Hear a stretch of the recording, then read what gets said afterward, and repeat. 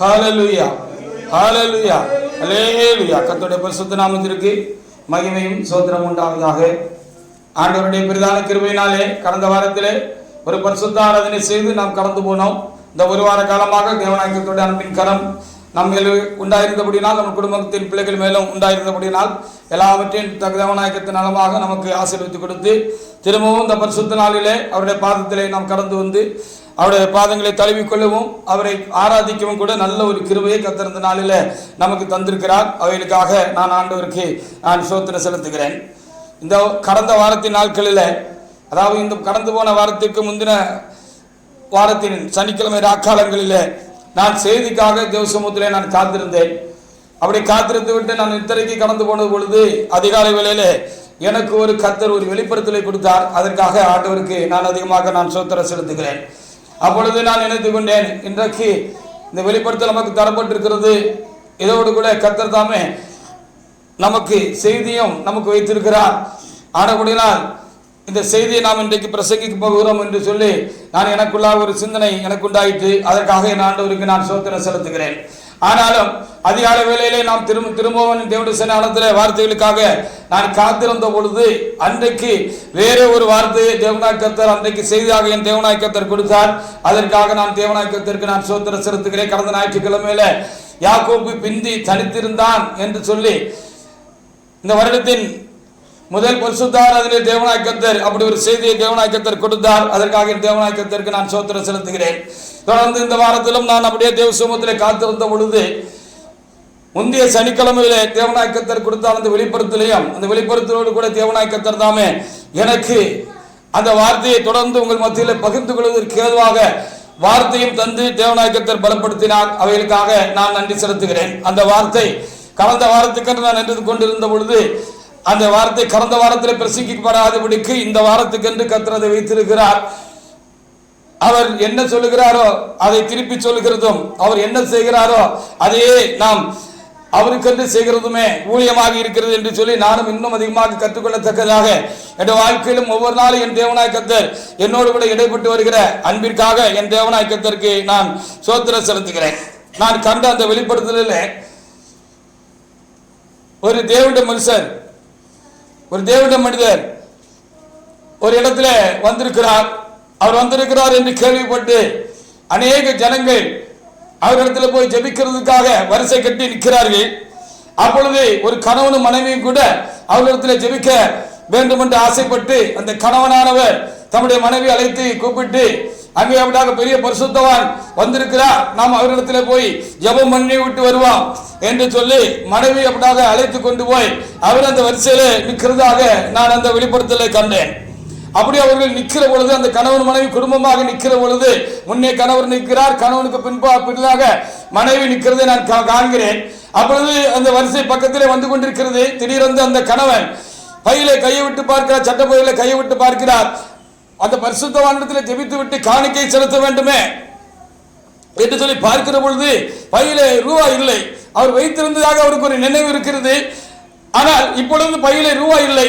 உடனே பின்னால் இருக்கிற தன் மனைவியை அவர் திரும்பி பார்த்து, நீ ஏதாவது காசு வைத்திருக்கிறாயா, பணம் வைத்திருக்கிறாயா என்று கேள்விப்பட்ட பொழுது அந்த சகோதரி தம்மிடத்தில் கொஞ்சம் பைசா, கொஞ்சம் ரூபாய்கள் வைத்திருக்கிறார்கள். ஒரு சின்ன டம்ப பையில ரூபாய் வைத்திருக்கிறார்கள். அதை எப்படியாக திறந்து அதை எடுத்து அவரிடத்தில் கொடுக்கிற பொழுது அவர் தமக்கென்று கொஞ்சம் வைத்துக் கொண்டு தன்னுடைய மனைவிக்கும் அதிலிருந்து காணிக்கையாக ரூபாயை கொடுத்து விட்டு அப்படி தொடர்ந்து கடந்து போகிற பொழுது அவர்களுடைய டேன் வந்த பொழுது, அவருடைய வரிசை வந்த பொழுது இந்த ரெண்டு பேரும் அந்த பரிசுத்தவான்களிடத்திலே முட்டு போடுகிறார்கள்.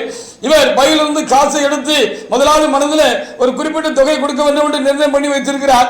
ஆனாலும் அதை காட்டிலும் அதிகமாக கொடுக்க வேண்டும் என்று அந்த பணத்தை அவர் எடுத்து என்ன செய்கிறார், அந்த பரிசுத்தவானத்தில் ஜெபித்து விட்டு அந்த காணிக்கையும் கொடுத்து விட்டு அவர் முழங்கால் இருக்கிறார். அடுத்து அந்த பரிசுத்தவான் அந்த மனைவிக்கு, அந்த சகோதரிக்கு ஜெபிக்கிறார்கள். அப்படி ஜெபித்து விட்டு அவர் காணிக்கை செலுத்துக்கு பார்க்கிற பொழுது ஒரு வெள்ளை கவர்ல அவருக்கு கொடுத்த காணிக்கையை உள்ளே வைத்து முறையாக அதை மடித்து அந்த பரிசுத்தவான் கையில கொடுக்கிறதையும், அந்த இந்த குடும்பத்துக்காக ஜெபித்த அந்த பரிசுத்தவான் அந்த மனைவி அந்த சகோதரத்திலிருந்து அந்த காணிக்கையை பெற்றுக்கொண்டு அந்த காணிக்கை அப்படி கவனித்து பார்த்து அதில் கை வைத்து ஜெபித்து விட்டு, சரி மகளே நீ போ, நான் பார்த்துக் கொள்கிறேன் என்று சொல்லுகிறதாக அந்த வெளிப்படுத்தல் உண்டாயிருந்தது. அந்த கணவருக்கும் அது ரொம்ப சந்தோஷமாகவும் ஆச்சரியமாக இருந்தது. எப்படி அவளிடத்திலிருந்தால் நாம் காணிக்கை பெற்றோம், அவளுக்கு நாம் தானே காணிக்கை கொடுத்தோம், அவ்வளவு சீக்கிரமாக எப்படி முறையாக அந்த காணிக்கையை ஒரு கவருக்குள் வைத்து, ஒரு வெள்ளை கவருக்குள் வைத்து அந்த முறையாக அந்த காணிக்கை எப்படி அவள் ஆயத்து போடினால் பரவாயில்லை என்று சொல்லி தன்னுடைய மனைவி குறித்து அந்த ஊழியக்கு அந்த அந்த கணவர் ரொம்ப சந்தோஷப்படுகிறதா இருக்கிறது. தொடர்ந்து அந்த காரியமாக நான் எழும்பி ஜெபிக்க ஆரம்பித்த பொழுது கர்த்தர் எனக்கு சொன்னார், அந்த சகோதரி காணிக்கையை மாத்திரம் அதுக்குள்ள வைக்கவில்லை, தன்னுடைய ஜெப விண்ணப்பத்தையும் அதுக்குள்ளாக சேர்த்து என்ன செய்திருக்கிறார், வைத்து அந்த பரிசுத்தவானிடத்தில் கொடுத்திருக்கிறார். அந்த பரிசுத்தவான் தேவனுடைய மனுஷனாக இருந்தபடினால அங்கே காணிக்கை மாத்திரமல்ல, அந்த கவருக்குள்ள அங்கே ஒரு ஜெப உதவி அங்கே கேட்கப்பட்டிருக்கிறது. தமக்கு வேண்டியதையும் ஜெப உதவியாக அந்த சகோதரி அந்த மனைவி அதில் வைத்திருக்கிறவர் இருந்திருந்தபடினாலே சரி மகளே போ, நான் பார்த்துக் கொள்கிறேன் என்று சொன்னார். என்று சொன்ன பொழுது எனக்கும் ரொம்ப அது ஒரு சந்தோஷமான ஒரு நிகழ்வாக இருந்தது. அதற்காக நான் ஆண்டவருக்கு நன்றி செலுத்த கடமைப்பட்டிருக்கிறேன். தேவனுடைய பிள்ளைகளே, நாம் மனிதர்களாக இருக்கிறோம், நாம் தேவன் அல்ல, நாம் எல்லாரும் மனிதர்களாகத்தான் இருக்கிறோம். நாம் தேவனுக்கு முன்பாக நாம் குறைவுள்ளவர்களாகத்தான் இருக்கிறோம். அதை நாம் எல்லாரும் ஒப்புக்கொண்டுதான் ஆக வேண்டாம். நான் ஒரு நிலையில இருந்தாலும், நீங்கள் ஒரு நிலையில இருந்தாலும், ஒவ்வொருவரும் ஆவிக்குரிய வாழ்க்கையில ஒவ்வொரு விதமான ஒரு நிலையில இருந்தாலும் நாம் எல்லாருமே தேவனுடைய பார்வையில நாம் குறைவுள்ளவர்கள் தான் என்று சொல்லி நாம் ஒத்துக்கொள்ளத்தான் வேண்டும், ஒப்புக்கொள்ளத்தான் வேண்டும் என்று சொல்லி நான் உணர்கிறேன். அதற்காக என் ஆண்டவருக்கு நான் அதிகமாக நான் என்ன செய்கிறேன், ஸ்தோத்திரம் செலுத்துகிறேன். யாரையும் நாம் அற்பமா எண்ணுகிறதற்கோ ஒருவரின் கடந்த காலங்களையும் அவர்களுடைய தவறுகளை நினைத்துக் கொண்டிருக்கவோ ஒன்றுக்கில்லை என்பதை நாம் உணர்ந்து கொள்ள வேண்டும் என்று நான் எத்தனிக்கிறேன். அதற்காக என் ஆண்டவருக்கு நான் அதிகமாக நன்றி செலுத்துகிறேன். இதற்கு தரிசனங்களை கண்டு நான் விழித்துக் கொண்டு அந்த நேரத்தில் தேவனாய் கர்த்தர் எனக்கு ஒரு வார்த்தையை கூட தேவனாய் கர்த்தர் என் கண்களுக்கு முன்பாக கொண்டு வந்தார். அதற்காக என் தேவனுக்கு நான் ஸ்தோத்திரம் செலுத்துகிறேன். மத்தேயு 19ஆம் அதிகாரத்தில் 30வது வசனத்தை ஒரு தேவனுடைய பிள்ளை எடுத்து வாசிக்கலாம். மத்தேயு 19:30 ஒரு தேவனுடைய பிள்ளை எடுத்து வாசிக்கலாம். ஆகிலும் முந்தினோர் அநேகர் பிந்தினோராயும் அநேகராய் முந்தினோய் இருப்பார்கள் என்று இயேசுசாமி சொன்ன அந்த வார்த்தை தான் எனக்கு என்ன செய்து வந்தது, நினைவுக்கு வந்தது. நாம் முந்துகிறோம் என்று ஒவ்வொருவரும் எண்ணுகிறோம். நாம் ஆவிக்குரிய வாழ்க்கையில நாம் முந்துகிறோம், நாம் முந்திக் கொண்டிருக்கிறோம், நாம் முன்னேறி கொண்டிருக்கிறோம் என்று ஒவ்வொருவரும் எண்ணுகிறோம். நல்ல காரியம் தான். நாம் தொடர்ந்து முந்திக் கொண்டே இருக்க வேண்டும் என்பதுதான் இறைவன் என்னிடத்திலும் உங்களிடத்திலும் எதிர்பார்க்கிற ஒரு முக்கியமான ஒரு காரியமாக இருக்கிறது என்று சொல்லி பார்க்கிறோம். அதே நேரத்தில் ஒருவேளை நம்முடைய பார்வைக்கு நம்மோடு கூட இருக்கிற கணவனோ மனைவியோ இல்லது கூட இருக்கிற ஒரு சகோதரனோ சகோதரியோ காண்கிற ஒருவரோ பிந்தி இருக்கிறார்கள், பிந்தி நமக்கு பின்னாலே இருக்கிறார்கள், பிந்தி வருகிறார்கள், அநேக காரியங்களில் பிந்தி இருக்கிறார்கள் என்று ஒரு எண்ணம் நமக்குள்ளே ஒருவேளை உண்டாயிருந்தால் இன்றைக்கு அதை நாம் என்ன செய்ய வேண்டும், கலைந்து போட வேண்டும், அதை சரிபடுத்திக் கொள்ள வேண்டும் என்று சொல்லி ஆண்டவர் இந்த வெளிப்படுத்தலை கர்த்தர் எனக்கு கொடுத்தார். அவைகளுக்காக நாம் ஆண்டவருக்கு நான் அதிகமாக நான் ஸ்தோத்திரம் செலுத்துகிறேன். நாம் முந்துகிறோம் என்று சொன்னால் தொடர்ந்து முந்துகிறதிலே நான் கவனம் உள்ளவர்களாக முந்திக் கொண்டே இருக்க வேண்டும். அது ரொம்ப ஒரு முக்கியமான ஒரு காரியமாக இருக்கிறது. பொதுவாக இந்த ஆண்டில் நல்ல வாக்கு தந்தங்களை கர்த்தர் திருச்சபைக்கு தந்திருக்கிறார். எனக்கும் உங்களுக்கும் தேவனாய் கர்த்தர் தந்திருக்கிறார். அதற்காக நானும் தேவனாய் கர்த்தருக்கு நான் அதிகமாக ஸ்தோத்திரம் செலுத்துகிறேன். கடந்த வாரத்திலும் அதை நான் சுதந்திரித்துக் கொள்வதற்கு என்ன செய்ய வேண்டும் என்று சொல்லி பார்த்தோம். யாக்கோபு பிந்தி தனித்திருந்தது போல நாமும் ஜெபத்தில் இன்னும் பெருகி நாம் தீவிரமாக இருந்து அதை பெற்றுக்கொள்ள வேண்டும் என்று ஆலோசனை தேவனாய் கர்த்தர் தந்தார். ஏன் இந்த தரிசனத்தை வெளிப்படுத்தலையும் இந்த வார்த்தையும் தேவனாய் கர்த்தர் இந்த நாட்களில் இந்த வாரத்தில் நமக்கு அருள் செய்திருக்கிறார் என்று சொல்லி நாம் எண்ணி பார்க்கிற பொழுது நாம் ஒன்றை பெற்றுக்கொள்ள வேண்டும் என்று சொல்லி நாம் தீவிரப்படுகிற காரியம் நல்ல காரியம்தான். இந்த ஓட்டத்தை ஓடி பந்தய பொருளை பெற்றுக்கொள்ள வேண்டும் என்று நாம் தீவிரப்படுகிறதெல்லாம் ஒரு வகையில் நல்ல காரியம்தான். ஆனாலும் நம்முடைய கவனத்தை சிதற செய்ய முடியாத காரியங்கள் உண்டு. அவைகளில் ஒன்று இன்றைக்கு நம்ம அங்கே நாம் பார்க்கிற அந்த வெளிப்படுத்தக்கூடிய இந்த வார்த்தையுமாக இருக்கிறது. அதற்காக என் ஆண்டவருக்கு நான் அதிகமாக நான் ஸ்தோத்திரம் செலுத்துகிறேன். நாம் முந்துகிறோம் என்றால் மிகவும் மனத்தாழ்மையாக இருந்து தொடர்ந்து முந்துவோம். பின்தங்கி விட்டார்கள், பிந்துகிறார்கள் என்று மற்றவரை நினைப்பதற்கு ஒன்றுமில்லை. அவர்களையும் சரி செய்து அவர்களை முந்த செய்ய தேவன் இரக்கமுள்ளவரும் பலனும் உள்ளவராயிருக்கிறார் என்று நாம் அவராக அறிந்து கொள்ள முடியாத கத்திருந்த வார்த்தைகளை நமக்கு தந்திருக்கிறார். கர்த்தருடைய நோக்கம் சித்தம் என்னமா இருக்கிறது இங்க வார்த்தை எழுதப்பட்டாலும் எல்லாரும் முந்த வேண்டாம், ஒருவரும் பிந்திவிடக் கூடாது என்பதுதான் கர்த்தருடைய நோக்கம் சித்தமா இருக்கிறது. ஆனால் முந்துகிறவர்கள் பிந்தி வருகிறவர்களை அற்பமாக எண்ணக்கூடாது. அப்படி நம்ம அற்பமாக எண்ணி நாம் சிந்திக்கவும் பார்க்கவும் பேசவும் நாம் உணரவும் ஆரம்பித்து விடுவோம் என்று சொன்னால் நம்மையும் அறியாதபடி நம்முடைய ஓட்டம் பிந்திவிடும். நாம் ரொம்ப ஜாக்கிரதையாக இருக்க வேண்டும் என்று சொல்லி கர்த்தர் இந்த நாளில் இந்த வார்த்தையை நமக்கு தந்திருக்கிறார். அவைகளுக்காக நாம் தேவனாய கர்த்தருக்கு நாம் சோத்திர செலுத்தமாக தேவனுடைய பிள்ளைகள் ஊழியக்காரமாக நாம் இருக்கிறோம். மனிதர்களால் நாம் ஒன்றும் பூரணர் இல்லை, நாம் எல்லோரும் குறைவுள்ளவர்களே. அதை நாம் ஒத்துக்கொண்டால்தான் மற்றவர்களுக்கு குறைவுகளை நாம் பெரிதுபடுத்தாதபடிக்கு, அதை நோண்டி பார்க்காதபடிக்கு, அதை பூத கண்ணாடி வச்சு என்ன செய்யக்கூடாது பார்க்காதபடிக்கு, அதை நாம் அசை போடாதபடிக்கு, சிந்திக்காதபடிக்கு, அவர்களை அற்பமாக பார்க்காதபடிக்கு நம்மை காத்துக்கொள்ள முடியும். அதுல நாம் ஆவிக்குரியவர்கள் ரொம்ப தெளிவுள்ளவர்களாக நாம் காணப்பட வேண்டும். யோவான் 8ஆம் அதிகாரத்தில்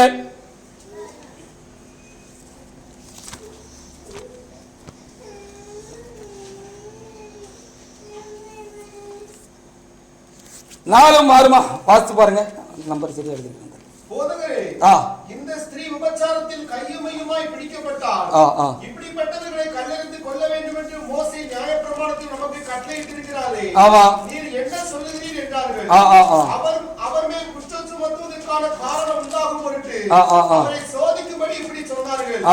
இயேசுவோ குனிந்து விரலினால் தரையிலே எழுதினார் என்று சொல்லி அங்கே என்ன செய்யப்பட்டிருக்கிறது, எழுதப்பட்டிருக்கிறது. அந்த நல்வார்த்தைகளுக்காக நாம் ஆண்டவருக்கு என்ன செய்ய வேண்டும், நாம் நன்றி செலுத்த வேண்டி இருக்கிறார். ஆனால் இந்த இறைவன் எப்படிப்பட்டவராக இருக்கிறார் என்று 46 கூட எழுதியிருக்கிறது. நீ வாசித்து பார்க்கலாம். என்னிடத்தில் பாவம் உண்டென்று உங்களில் யார் என்னை குற்றப்படுத்தக்கூடும்? நான் சத்தியத்தை சொல்லியிருக்கேன். என்கிட்ட பாவம் இல்ல, என்கிட்ட பாவம் இருக்குன்னு நீங்க யாராவது சொல்ல முடியுமான்னு ஏசப்பா கேட்டாரு. நானும் நீங்களும் கேட்க முடியுமா? நம்ம அப்படி கேட்க முடியாது. நாம் குறைவுள்ளவர்களாகத்தான் இருக்கிறோம். நான் ஒன்றிலே நேவுள்ளவனாக இருக்கிறேன், இன்னொன்றிலே நான் கண்டிப்பாக ஏதாவது ஒன்றிலே குறைவுள்ளவனாகத்தான் இருப்பேன். நீங்கள் ஒன்றிலே குறைவுள்ளவர்களாக இருக்கிறதாக நீங்கள் அப்படியாக வருத்தப்படலாம். ஆனா இன்னொன்றிலே தேவனுடைய பார்வையில் நீங்கள் சிறப்பானவர்களாக இருப்பீர்கள். அதுபடினாலே ஏதோ சில காரியங்களில் பல காரியங்களில் ஒருவர் நிறைவுள்ளவராக இருக்கிறார், மற்றவர்களுக்கு முன்னாடியாக இருக்கிறார், ஆனாலும் அவர்களும் குறைவுள்ளவர்கள் தான் என்று சொல்லி நாம் அறிந்து கொள்ள வேண்டியது ரொம்ப அவசியமாக இருக்கிறது. மனிதனுடைய காரியங்கள் இப்படித்தான் என்று பெரிய பரிசுத்தவானாகிய பவுல் இப்படி முடித்து விடுகிறார். 1 கொரிந்தியர் 4:5 வசனங்களை வாசிக்கலாம். அதுபடிதான் தேவனுடைய பிள்ளைகளே, நாம் முந்துகிறோம், நல்லதுதான், முந்துவோம், தொடர்ந்து முந்துவோம். முந்துகிற நாம் மிகுந்த கவனமாக நம்மை காத்துக்கொள்ள வேண்டியது அவசியமா இருக்கிறது. நாம் கவனத்தை சிதறடிக்க முடியாத காரியங்களில் இது ஒரு முக்கியமான ஒன்று.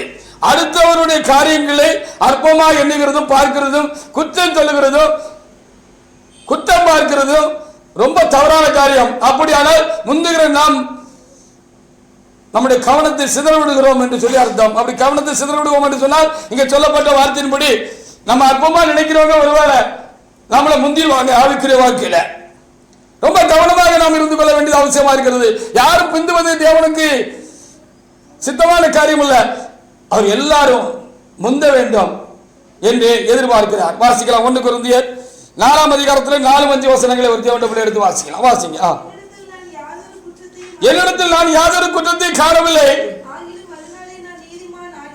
ஆமா, அவரு நோண்டி பார்த்தாரு, தனக்குள்ளே நோண்டி பார்த்தாரு, அடுத்தவங்களை நோண்டி பார்க்கல.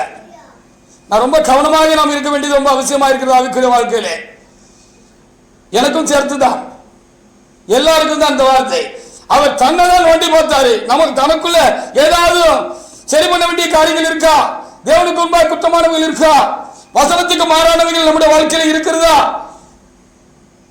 மற்றவர்கள் பார்த்து வருத்தப்படுகிற மாதிரி, மற்றவர்கள் வருத்தப்படுத்துற மாதிரி, மற்றொரு இடர்களுக்கு ஏதுவான ஏதாவது வந்து என்னிடத்தில் இருக்கிறதா என்று சொல்லி தன்னையே நோண்டி பார்த்தார், அடுத்தவங்களை நோண்டி பார்க்கல. நம்ம தொடர்ந்து முந்தணும்னா நம்ம இந்த வேலையை தான் செய்யணும். அடுத்தவங்களை நோண்டி பார்க்கக்கூடாது. அடுத்தவங்களுக்கு காரியங்களை நம்ம என்ன செய்யக்கூடாது, நோண்டி பார்க்கறது ஒரு ஆவிக்குரிய தன்மை அல்ல, ஆவிக்குரியவருக்கு அழகும் அல்ல என்று சொல்லி நாம் அறிந்து கொள்ள வேண்டியதா இருக்கிறது. வாசிங்க. அவன் ஒண்ணு இல்லைன்னு தான் தெரியுது, அதனால நான் நிமிர்ந்து நிற்க முடியுமா, நிமிர்ந்து பார்க்க முடியுமா, பேச முடியுமா, இல்லை என்று சொல்லி அவர் சொல்லுகிறார். ஆனதால் ஆமா ஆமா ஆகி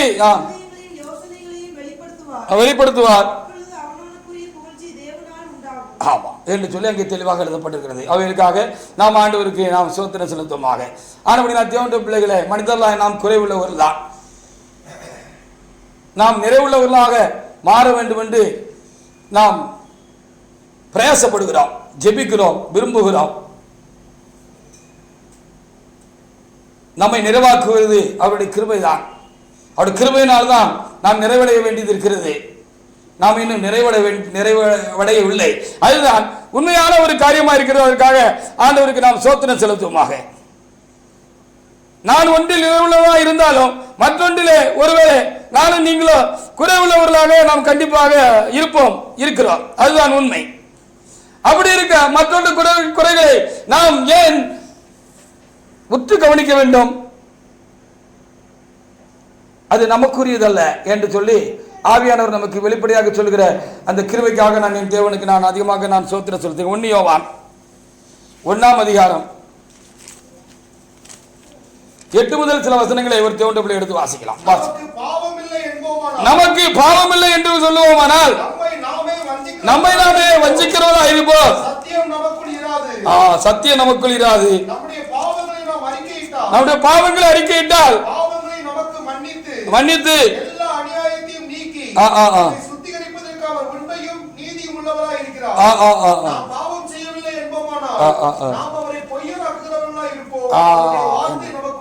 என்கிட்ட பாவம் இல்லை, நான் பாவம் இல்லை, பாவம் செய்யலைன்னு நம்ம சொல்ல முடியாது, சொல்லக்கூடாது என்று இந்த வேத பகுதி நமக்கு தெளிவாக சொல்கிறது.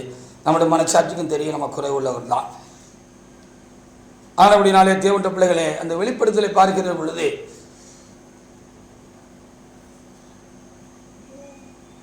அந்த கணவர் ஒருவேளை முந்துகிறவராக கூட இருக்கலாம்.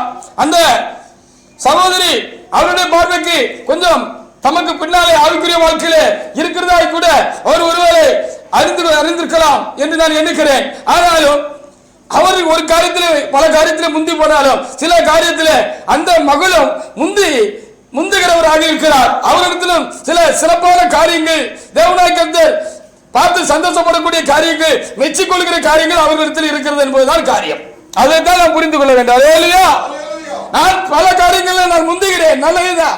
ஆனாலும் என்னுடன் உடன் வருகிறவர்கள் ஒருவரை மனைவியா இருக்கலாம், என்னுடைய குடும்பமாக இருக்கலாம், பிள்ளைகளா இருக்கலாம், உறவுகளா இருக்கலாம், என்னுடைய உடன் ஊழியக்காரராக இருக்கலாம், அல்லது என்னோடு கூட பயணிக்கிற தேவனுடைய ஜனங்களாக இருக்கலாம். அவர்களும் சில காரியங்கள்ல என்ன காட்டிலும் சில காரியங்கள்ல அவர்கள் என்ன செய்கிறார்கள்? தேவனுடைய பார்வையில விசேஷித்தவர்களாக சிறப்பானவர்களாக இருக்கிறார்கள். அவரிடத்தில் விளங்குகிற அந்த காரியம் என்னிடத்தில் அந்த அளவுக்கு விளங்கவில்லை என்று நான் பார்க்கிற பொழுது ஒத்துக்கொண்டு அதை பெற்றுக்கொள்வதற்கு நானும் பிரயாசப்பட வேண்டும். மற்றொரு காரியம், அவர்களை அந்த கணவன் மனசுக்குள்ள அவர் மெச்சிக்கொள்கிறாரு. பரவாயில்லையே, இவ்வளவு சீக்கிரமா முறையா அந்த காரியங்கள் எல்லாம் ஒரு கவர்ல வச்சு எப்படி ஆயத்தப்படுத்தினா நம்ம கூட அப்படி பைக்குள்ள இருந்து எடுத்து பணத்தை நம்ம இருக்கான்னு பார்க்காம வரிசையில் நின்றுட்டோம், இருக்கு நினைச்சிட்டு இருந்துட்டோம், பார்த்த போல இல்லை.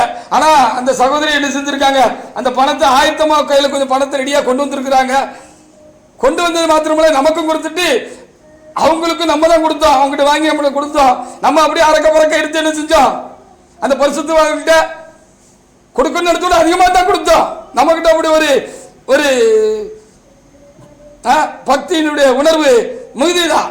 ஆனாலும் அந்த அம்மா என்ன செஞ்சிருக்காங்க? முறையா அதை கவருக்குள்ள வச்சு கொடுத்த அந்த கொஞ்சம் ரூபாய் கவருக்குள்ள வச்சு அழகா வெள்ளை கவர்ல வச்சு அழகா மடிச்சு அதுக்குள்ள ஒரு விண்ணப்பத்தையும் அதுக்குள்ள என்ன செஞ்சிருக்காங்க?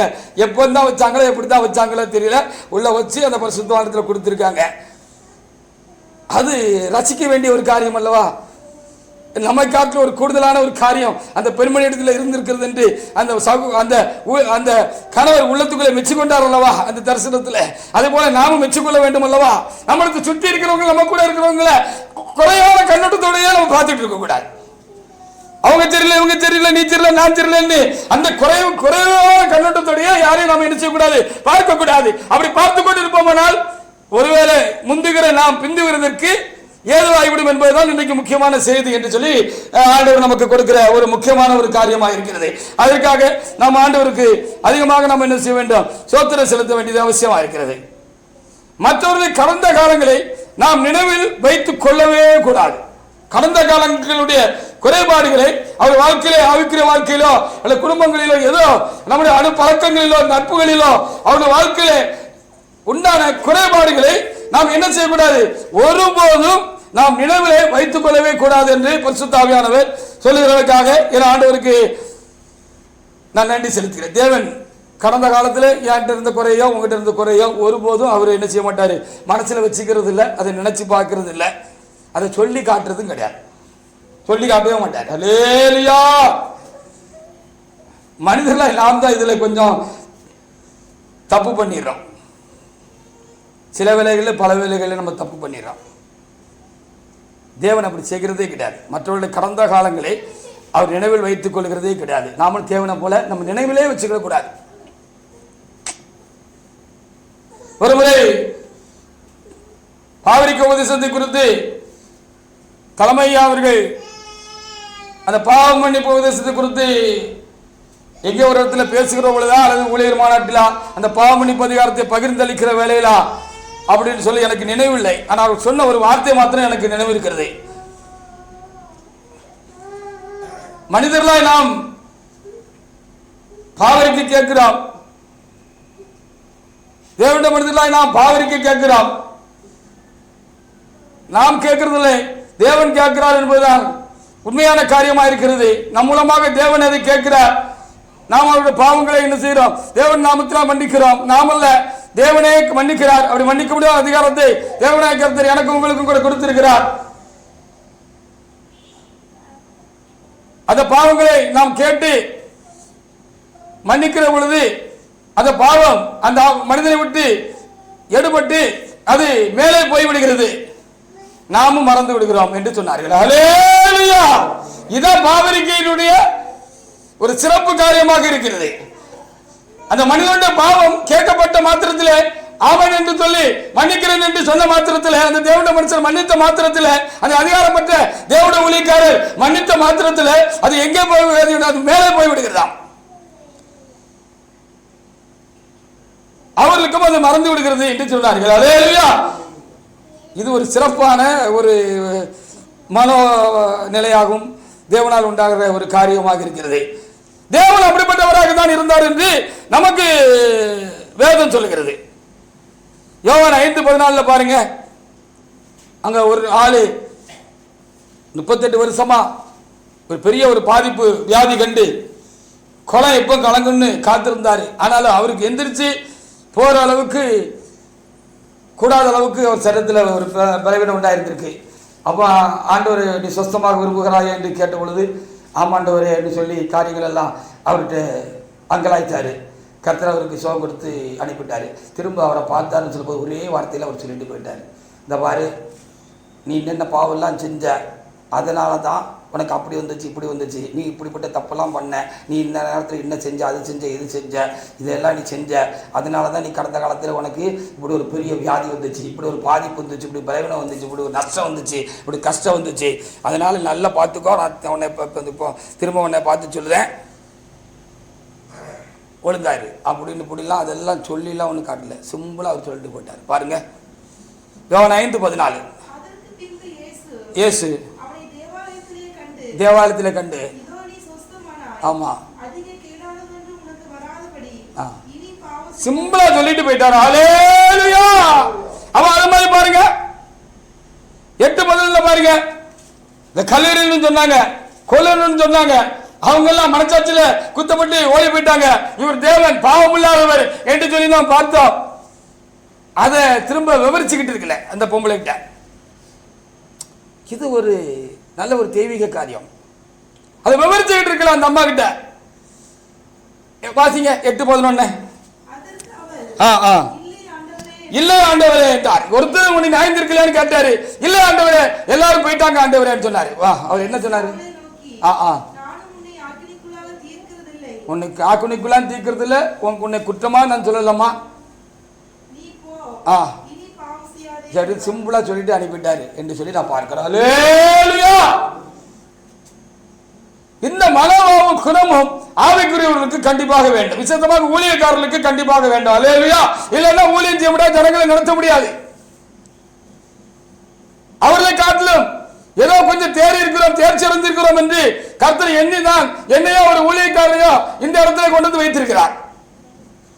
அப்படியானால் நான் இறைவனை போல ஜனங்களை நடத்துவதற்கு நான் ஒரு அறிவில்லாதவனாக இருப்பேன் என்று சொன்னால் நான் இங்க இருக்கிறதுல அர்த்தமே இல்லை. யார் ஒருவர் இங்க இருக்கிறதுக்கு இல்ல அர்த்தமே இல்லை. கடந்த காலத்தில் நினைத்துக் கொண்டே இருந்தால் ஒருவர் கிடைத்த தீங்கையோ காரியங்களையோ நாம் மறந்து விடாதபடிக்கு நினைத்துக் கொண்டே இருந்தால் அவர்கள் மன்னிப்பு கேட்டு வருகிற பொழுது நம்மளால் மனப்பூர்வமாக மன்னிக்க முடியாது. இறைவன் மனப்பூர்வமாக மன்னிக்கிறவராக இருந்தார். அவர் கடந்த காலங்களில் எண்ணாதவராக இருக்கிறார். அதனால்தான் நானும் நீங்களும் தேவ சமூகத்தில் இருக்கிறோம். இல்லைன்னா இல்லை, நானா இருந்தாலும் அப்படிதான். அல்லேலூயா. எல்லா காலங்களும் ரொம்ப சரியா இருந்தேன்னு எப்படி சொல்ல முடியும்? எப்படி தத்தி தத்தி நான் ஆவிக்குரிய வாழ்க்கையில நான் சிறுபிள்ளை போல நடந்த காலங்கள் உண்டு, தடுமாறி விழுந்த காலங்கள் உண்டு, தேவன் கை தூக்கி விட்ட காலங்கள் உண்டு. அதையெல்லாம் சொல்லி காட்டிக்கிட்டே இருந்தா எப்படி இருக்கும்? சொல்லி கொஞ்சம் யோசித்து பாருங்க. இறைவனை போல நான் காணப்பட வேண்டும். இல்லாவிட்டால் முந்துகிறோம் என்று சொல்லுகிறது. நாம் அற்பமாய் பார்க்கிற நமக்கு பின்னால்தான் இருக்காங்க, வாராங்க, நம்மளை ஓவர்டேக் பண்றதுக்கு நாமளே காரணமாயிருவோம். கர்த்தர் என்ன சொல்கிறார் என்றால், நீங்க பிந்தி இருக்கிறவங்களும் முந்துங்க, முந்தி இருக்கிறவங்க முந்திக்கிட்டே இருங்க சொல்லுகிறார். அல்லேலூயா. அதுக்கு முக்கியமான காரியம் என்று சொன்னால் நம்முடைய கவனத்தை சிதறடிக்கிற ஒரு முக்கியமான ஒரு காரியத்துல இந்த ஒரு காரியமும் ஒன்று என்று சொன்னபடினால் அந்த வெளிப்படுத்தலை குறித்து கர்த்தர் இந்த வார்த்தைகளையும் அதற்குள்ள பகிர்ந்து கொள்ளப்படியான வார்த்தைகளையும் நமக்கு கொடுத்திருக்கிறார் என்று எண்ணுகிறேன். அதற்காக இந்த ஆண்டவருக்கு நான் அதிகமாக நான் என்ன செய்கிறேன்? ஸ்தோத்திரம் செலுத்துகிறேன்.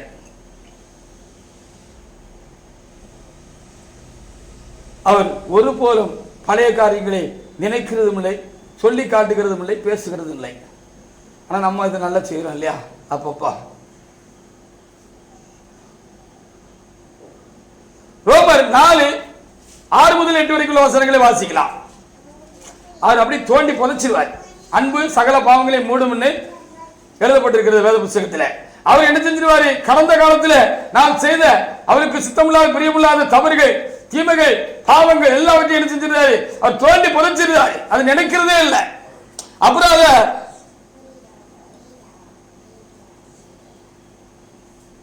ஒரு சூழ்நிலையில எடுத்து பேசுறதே இல்லைன்னு நாம் எழுத பார்க்க வேண்டிய இருக்கு. ரோமர் 4:6 முதல் 8 வரைக்கும் வசனங்களை வாசிக்கலாம். அந்தபடி கிரியைகள் இல்லாமல் நீதிமான் என்று எண்ணப்படுகிற மனுஷனுடைய பாக்கியத்தை காண்பிக்கும் பொருட்டு எவர்களுடைய அக்கிரமங்கள் மன்னிக்கப்பட்டதோ, எவர்களுடைய பாவங்கள் மூடப்பட்டதோ அவர் பாக்கியவான்கள். பாவத்தை கர்த்தர் எண்ணாதிருக்கிறாரோ அவன் பாக்கியவான் என்று தாவீது சொல்லியிருக்கிறார். ஆமா, நம்முடைய கடந்த காலத்தெல்லாம் அவர் தோண்டி புதைச்சிட்டாரு. அதை திரும்ப அவர் தோண்டி எடுக்கிற மனுஷன் கிடையாது. அல்லேலூயா. நம்முடைய கடந்த காலத்தெல்லாம் அவர் என்ன செஞ்சாரு? தோண்டி புதைச்சிட்டாரு. அதான் அன்பு திரளான பாவங்களை மூடும் என்று சொல்லி சொல்லப்பட்டிருக்கிறது. அதான் இறை அன்பு. அவர் எல்லாத்தையும் தோண்டி புதைச்சிட்டாரு. திரும்ப நோண்டி எடுத்து அதை சொல்லி காட்டுறவர்ல அதை திரும்ப சுட்டி காட்டுறவரும் கிடையாது. நீ அப்படி செஞ்சுதானே, நீ அப்படி பேசுனது தானே, நீ அப்படி இருந்தது தானே அப்படின்னு ஒரு நாள் அவர் சொன்னதாக என்னோட அனுபவத்தில் இல்லை.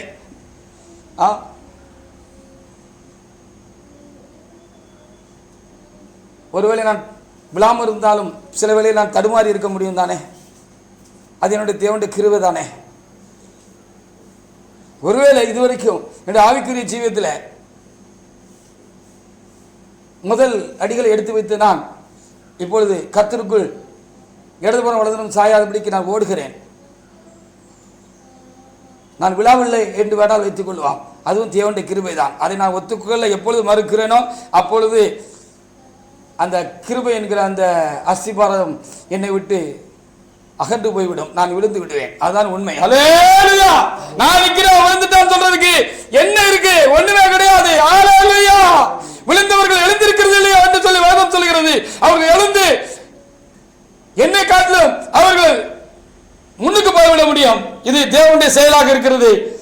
நான் நிக்கிறதும் தேவனுடைய செயலாக இருக்கிறது. ஒருவேளை நான் தடுமாறி இருக்கலாம், அவ்வளவுதானே. நான் தடுமாறி விழுதாதபடிக்கு என்னை தெளிவுபடுத்தி என்னை நிறுத்திக் கொண்டது என் தேவனாக்கும். ஹல்லேலூயா. எப்படி மனிதர்களால் நாம் தேவனுக்கு முன்பாக குறைவுள்ளவர்கள் தான். ஒருவரும் மேன்மை பாராட்டுகளுக்கு ஒன்றுமே இல்லை. நாம் முந்துகிறோமா? நல்லது. நம்முடைய கவனங்கள் சிதறாதபடிக்கு, அடுத்தவர்களை பாராதபடிக்கு, அடுத்தவர்களுடைய பின்தங்கிய நிலையங்களை, அதை கடந்த கால காரியங்களை நாம் அசை போட்டுக் கொண்டிருக்காதபடிக்கு கவனமாக இருந்து நாம் என்ன செய்ய வேண்டும்? தொடர்ந்து முந்திக் கொண்டே இருக்கணும். அவர்களை முந்துவதற்கு நாம் உதவ வேண்டும், ஹெல்ப் பண்ணணும். அவர்களும் நம்மோடு கூட சேர்ந்து ஓட சில காரியங்கள் நம்ம முந்தினா கூட சந்தோஷம் தான்.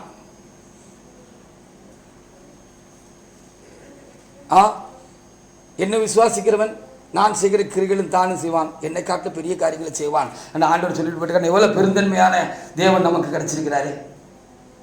நான் செஞ்சதையும் செய்வான், நான் உயிர்ப்பித்தனா அவன் உயிரோடு விடுவான். நான் திமிர்வாதக்காரனே ஒரு வார்த்தையினால சுகப்படுத்தி அவனை எழுந்து நடக்க வச்சேனா நீயும் செய்வாய்.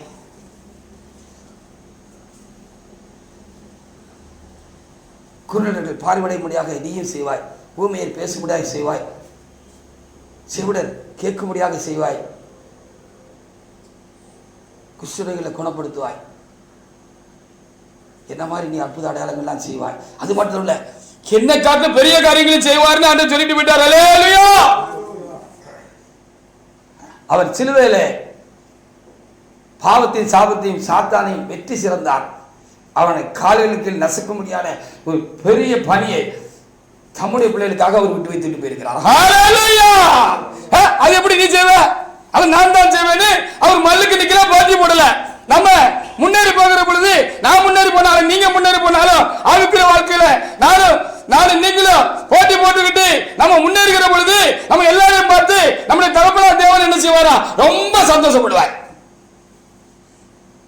முந்து முந்து முந்து முந்து முந்து விட்டுறாத விட்டுறாத முந்து முந்து அப்படின்னு சொல்லி அவர் ஊக்கப்படுத்துகிற தேவன்.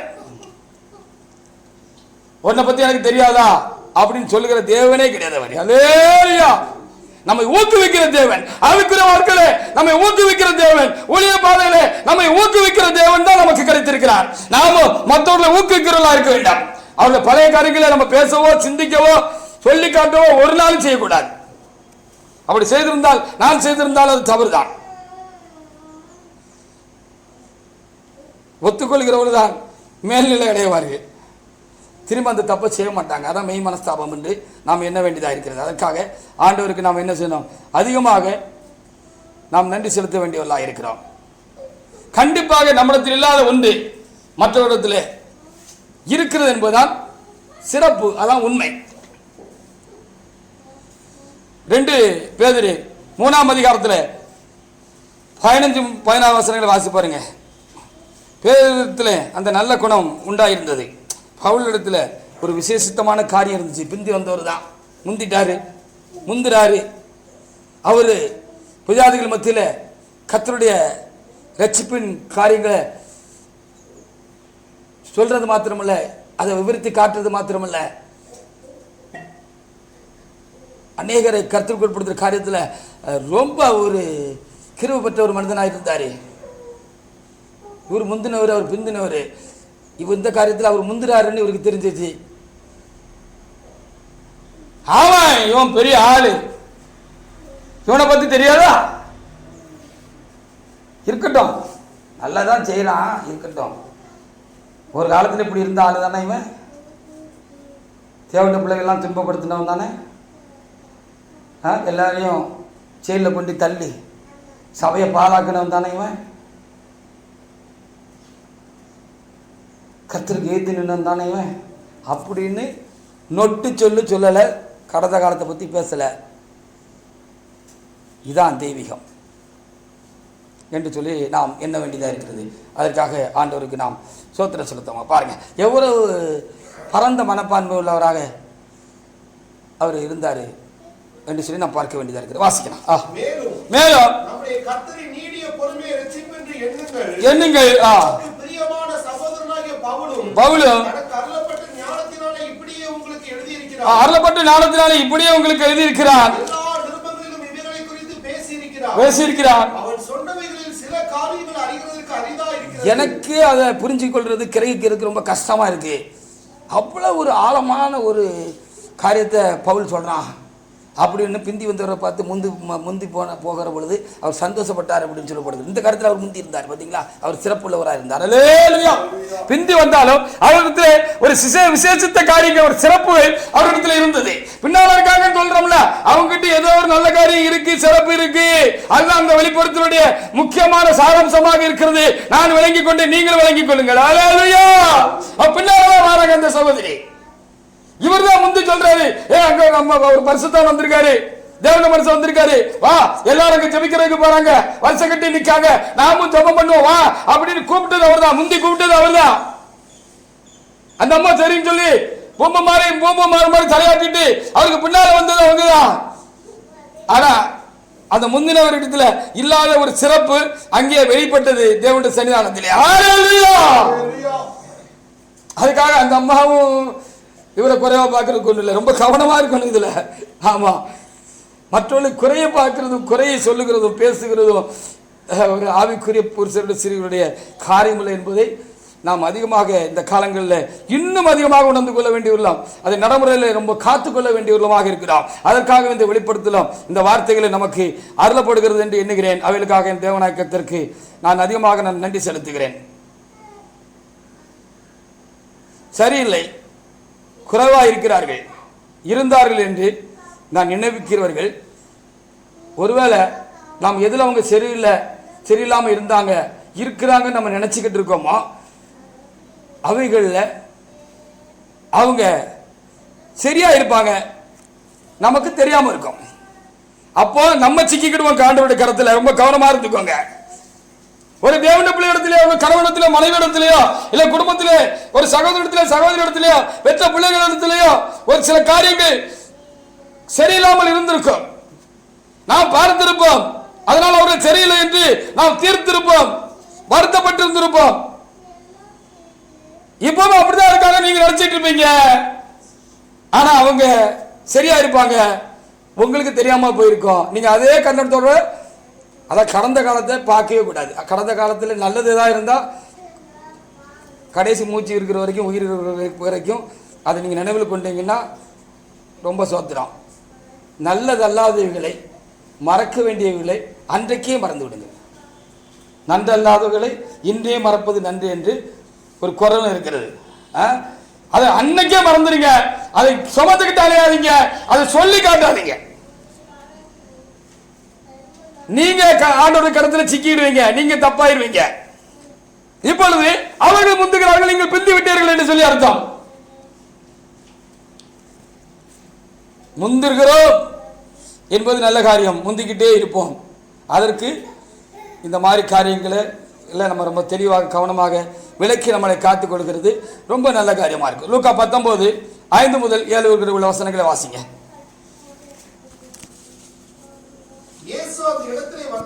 இயேசு இடத்திலே வந்தபோது அண்ணாந்து பார்த்து, சகைவே நீ சீக்கிரமாக இறங்கி வா, இன்றைக்கு நான் உன்னுடைய வீட்டிலே தங்க வேண்டும் என்றார்.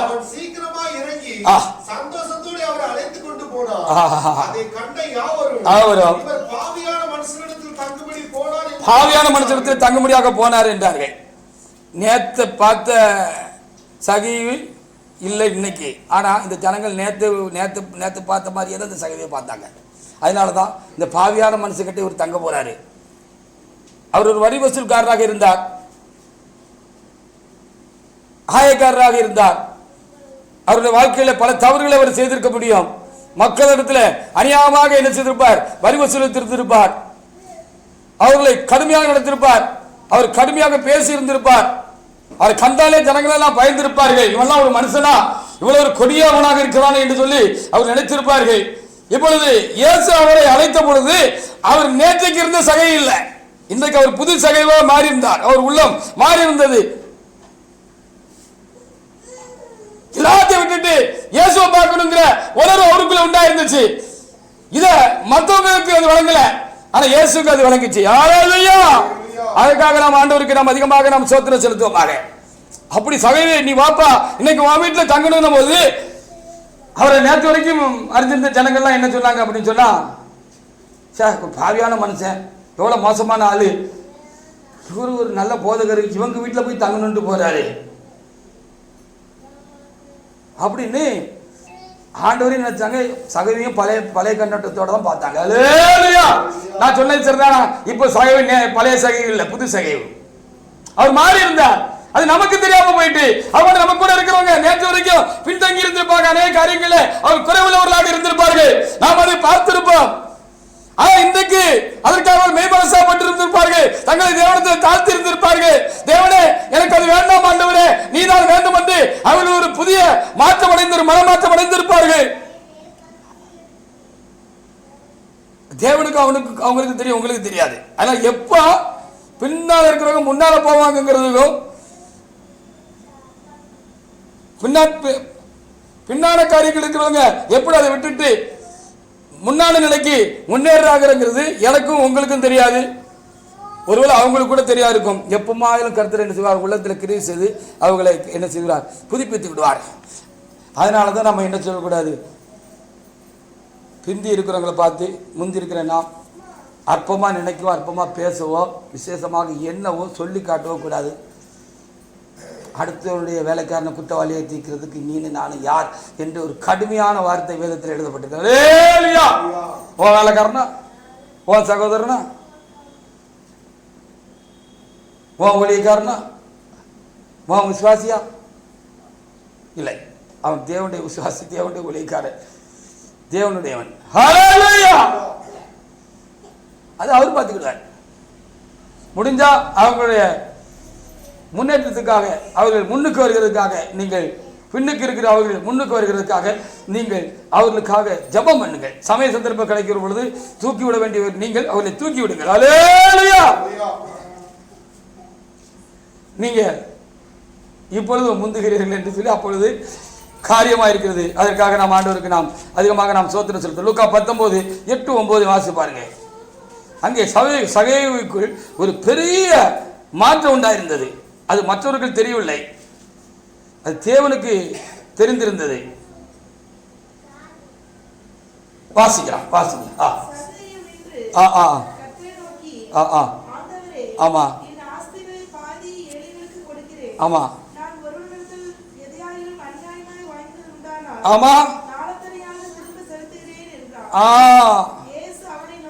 ஆமா ஆமா. அவனுக்கு மாத்திரம் இல்லை, சகைக்கு மாத்திரம் இல்லை, அவர் திரும்பி விட்டபடினால முழு குடும்பத்துக்குமே அது ஆசீர்வாதம் ஆயிட்டு என்று சொல்லி ஆண்டவருக்கு எழுதி வச்சிருக்காரு. பாத்தீங்களா? அதனாலதான் நம்ம என்ன செய்யக்கூடாது, கடந்த காலத்தை நினைக்கவே கூடாது. மற்றவங்க கடந்த காலத்தை நம்ம நினைச்சுக்கிட்டு இருக்க கூடாது. அதை சொல்லவும் கூடாது, சொல்லி காட்டவும் கூடாது. நீ இப்படி செஞ்சவன் தானே, இப்படி பேசினவன் தானே, இப்படி இருந்தவன் தானே, இருந்தவன் தானே ஒரு காலம் சொல்லக்கூடாது. அல்லேலூயா. ஒருவேளை சொல்லியிருந்தால் நாம் அதை சரிப்படுத்திக் கொள்ள வேண்டும்.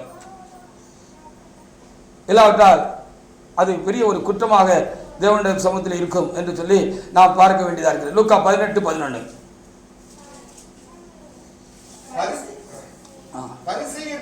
நின்று தேவனே, நான் பரிகாரர், அநியாயக்காரர், உபச்சாரக்காரர் ஆகிய மற்ற மனுஷரை போலவும் ஆமா இந்த ஆயக்காரனை போலவும் இராததினால் உம்மை ஸ்தோத்திரிக்கிறேன். வாரத்தில் 2 தடவை உபவாசிக்கிறேன். போதும். பாத்தீங்களா? வாசிங்க, அது வாசிங்க. என் சம்பாத்தியத்தில் எல்லாம் தசமபாகம் செலுத்தி வருகிறேன் என்று தனக்குள்ளே ஜெபம் பண்ணினார். ஆயக்காரன் தூரத்திலே போதும் போதும். நான் அவன மாதிரி இல்லை, இவன மாதிரி இல்லை, அவன் என்ன மாதிரி இல்லை அப்படிங்கிறது அந்த கண்ணோட்டமே நமக்கு ஆகாதுன்னு கர்த்தர் நமக்கு சொல்லி காட்டிட்டு போயிருக்கிறார் உவமை மூலமாக. அல்லேலூயா. அப்படிங்க கண்ணோட்டத்தோட நீங்க பார்க்கறது, இவர் சொல்ற மாதிரி சொல்லி காட்டுறது, இந்த வேலையை நம்ம செய்யவே கூடாது. 1947 நடந்ததெல்லாம் சொல்லி காட்டுறதுல சகோதரிகள் ரொம்ப திறமையான ஆட்கள்னு பொதுவாகவே நம்ம நடைமுறையில் பார்க்குறோம். குற்றமாக சொல்லலை. நீங்க அன்னைக்கு அப்படி செஞ்சீங்க, எனக்கு இப்படி செஞ்சீங்க, அப்படி பேசுனீங்கன்னு லிஸ்ட் போட்டு வச்சிருப்பாங்க. 1 2 3 4 5 6 7 8 9 10 12 ஓடிக்கிட்டே இருக்கும். ஏன் இது எப்ப நடந்துச்சு எனக்கு ஞாபகம், உங்களுக்கு எப்படி ஞாபகம் இருக்கும்? நல்லா பாதிக்கப்பட்டவா எனக்கு நல்ல ஞாபகம் இருக்குன்னு சொல்லி என்ன சொல்லுவாங்க, அழகா சொல்லுவாங்க. நமக்கு மறந்தே போயிருக்கோம். இதுல பெண்கள் ரொம்ப சிறப்பானவர்கள் என்று சொல்லலாம் இந்த காரியத்துல. ஆமா, அநேகமா எல்லா பெண்களும் அப்படிதான் இருக்கிறாங்க. நம்ம அம்மாவை பார்த்தோம், நம்ம மனைவியை பார்த்தோம், நம்ம பிள்ளைகளை பார்க்கோம், நம்ம சுற்றி இருக்கிற குடும்பத்தில் இருக்கிற சகோதரிகளை பார்க்கோம். இதுல ரொம்ப தேர்ச்சி அடைஞ்சவங்களா இருப்பாங்க. ஆண்கள் கொஞ்சம் இதுல வீக்கான ஆளுக்கள் தான். நல்லதையும் மறந்துடுவாங்க, கெட்டதையும் மறந்துடுவாங்க. சில வேளைகளில் நாமும் அப்படி செய்து விடுகிறோம். இயல்பு அப்படி இல்லாவிட்டாலும் சில காரியங்கள் அதிகமாக நம்முடைய மனதை பெரிய தாக்கத்தை உண்டு பண்ணுகிற பொழுது, அது திரும்ப திரும்ப அந்த தாக்கம் நமக்கு நம்முடையவர்களால் உண்டாகிற பொழுது அதை நாம் திருப்பி சொல்லி விடுகிறோம். அது கூட நம்ம செய்யக்கூடாது. ஹல்லேலூயா. என்ன எடுத்துக்காங்களேன்,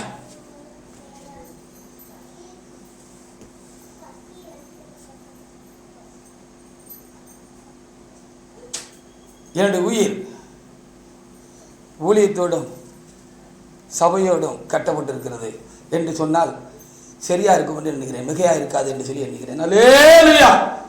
என்னுடைய நிலை அப்படி இருக்கிறது. என்னுடைய உயிர், என்னுடைய ஜீவன் ஊழியத்தோடும் சபையோடும் தேவனோடும் கட்டப்பட்டிருக்கு. இந்த காரியத்தில் யாராவது கொஞ்சம் குத்தி நோண்டிட்டாங்கன்னா அது ரொம்ப எனக்கு ஒரு வலியும் ஒரு பாதிப்பையும் கடந்த நாட்களில் உண்டாக்குனது உண்டு. அதனால சில வேளைகளில் நம்மவர்கள்கிட்ட நம்முடைய அன்பானவர்கள்கிட்ட அதை திரும்ப திரும்ப அதில் குத்துப்படுகிற பொழுது நடந்தவைகளை சொன்னதான நினைவு எனக்கு உண்டு, சொன்னது உண்டு. அப்படி ஒரு நாள் நம்ம ஒருவர்கிட்ட நான் அதை சொன்ன பொழுது அவங்க சொன்னாங்க, நீங்கள் மாத்திரம்னா எங்களை மாத்திரம் சொல்கிறீங்க, நீங்களும் நேற்று நடந்ததெல்லாம் சொல்லத்தானே செய்கிறீங்க, இப்போவும் சொல்லும் போது அப்படி டக்குன்னு அந்த நம்மவரை நான் ஏற்று பார்த்தது மாத்திரமில்லை, என்னையும் நான் எனக்குள்ளே நான் ஒரு ஏற்று பார்த்தேன். ஆமாம், சரிதானே, நமக்கு ரொம்ப வலிச்ச காரியங்களை நம்ம திருப்பி நேற்று நடந்ததையும் சொன்னதையும் செய்ததையும் நம்மளும் சில நேரத்துக்கு நம்ம சொல்கிறோமே, அது தவறு தானே அப்படின்னு சொல்லி அப்படி நிமிர்ந்து பார்த்த பொழுது எனக்குள்ளாக இனி ஒரு காலம் நம்ம இந்த காரியத்தில் தடுமாறக்கூடாது அப்படின்னு ஒரு தீர்க்கமான ஒரு தீர்மானம் எடுத்துக்கொண்டேன். அதற்காக என் ஆண்டவருக்கு நான் ஸ்தோத்திரம் செலுத்துகிறேன். அல்லேலூயா. அதனால தான் சொன்னேன், நாம் சில வேளைகளை விழுந்து விடாவிட்டால் நம்ம தடுமாக இருக்கிறோம். இப்படி சில காரியங்கள் நானும் நீங்களும் ஒவ்வொரு தடுமாறுவதற்கு சந்தர்ப்பம் கொண்டு விழுந்து விடாமல் இருக்கலாம். அது தேவனுடைய காரியமாக இருக்கிறார். அல்லேலூயா.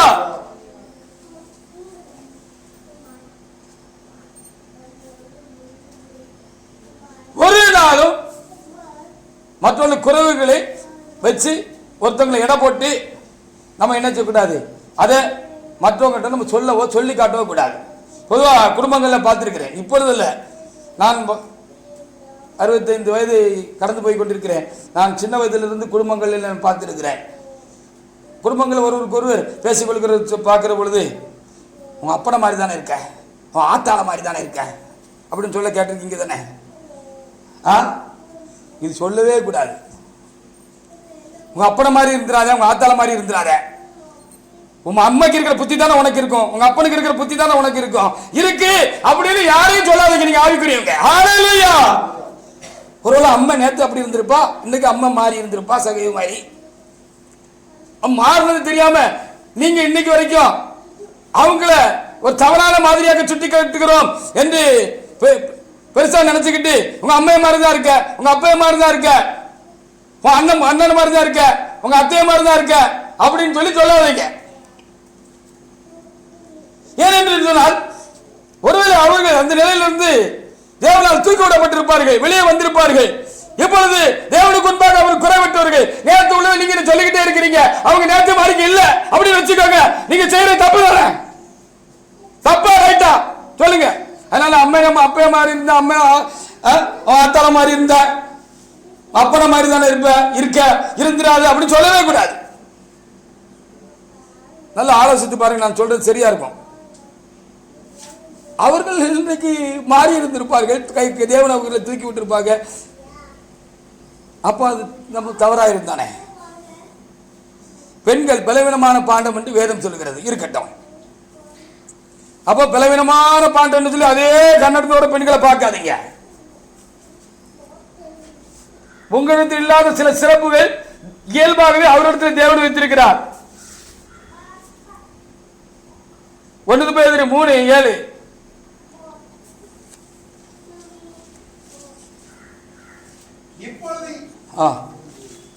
இப்பொழுது இருக்கிற வானங்களும் இதானா அந்தபடி புருஷர்களே மனைவியான பலவீனமான பாண்டமாய் இருக்கிறபடினால்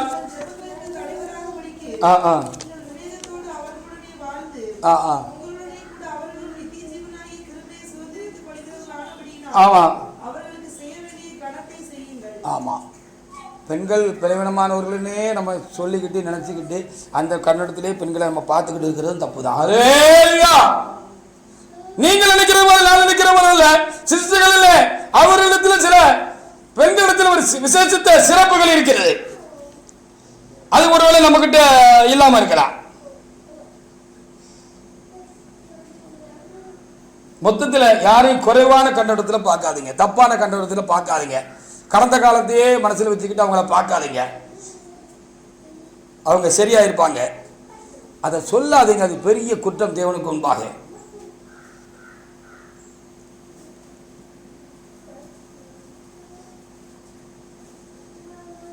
காரியம் சாதிக்கிறதுல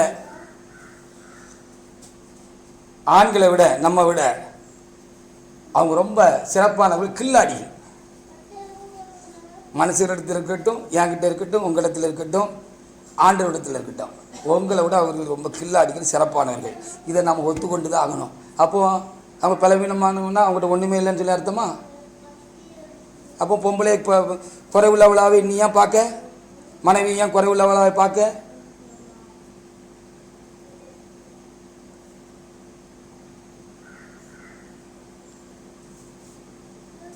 ஒன்று சாமுவேல் 25 அங்க அபிகாயிலுடைய சாதுரியம் அங்க எழுதப்பட்டிருக்கிறது. பெண்கள் சாதுரியமானவர்கள், காரியம் சாதிக்கிறதுல கில்லாடிகள். மனுஷனிடத்தில் இருக்கட்டும், என் தேவனிடத்தில் இருக்கட்டும், இதுல நம்ம குறைவுள்ளவங்க தான். 1 சாமுவேல் 25 முதல் சில வசனங்களை வாசிக்கலாம்.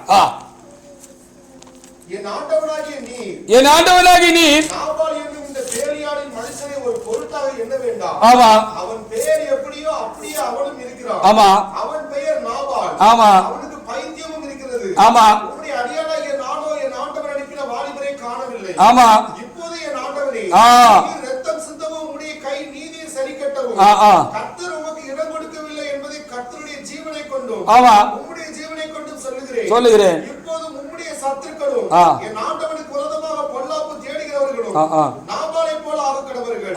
இப்போது உமது அடியால் என் ஆண்டவனுக்கு கொண்டு வந்த காணிக்கையை ஏற்றுக்கொண்டு என் ஆண்டவனை பின்பற்றுகிற வாலிபருக்கு கொடுப்பீராக. உமது அடியாளின் பாதகத்தை மன்னியும். கர்த்தர் என் ஆண்டவனுக்கு நிலையான வீட்டை நிச்சயமாய் கட்டுவார். என் ஆண்டவன் கர்த்தருடைய யுத்தங்களை நடத்துகிறவராமே. நீர் உயிரோடு இருக்கும் நாளில் ஒரு பொல்லாப்பு உம்மிடத்திலே காணப்படாதிருப்பதாக. ஆமென் என்று சொல்லப்படுது. அல்லேலூயா. பாருங்க, நாபால் இடத்துல சில பொருட்களை கொண்டு வாங்கிட்டு வரும்படி அவர் தம்முடைய ஆட்களை அனுப்பினாரு. அந்த ஆளு மோசமா பேசி, கோபமா பேசி அனுப்பிட்டாரு. அதை வந்து கேள்விப்பட்ட பொழுது தாவீதுக்கு கோபமாயிட்டு இது அவருடைய நாபாலுடைய மனைவியாக அந்த சகோதரி கேட்ட பொழுது, அபிகாயில் கேட்ட பொழுது என்ன செஞ்சாங்க, அங்க எதிர்கொண்டு தாவீது எதிர்கொண்டு போய் எவ்வளவு சாதுரியமா பேசுறாங்க பாருங்க. அல்லேலூயா.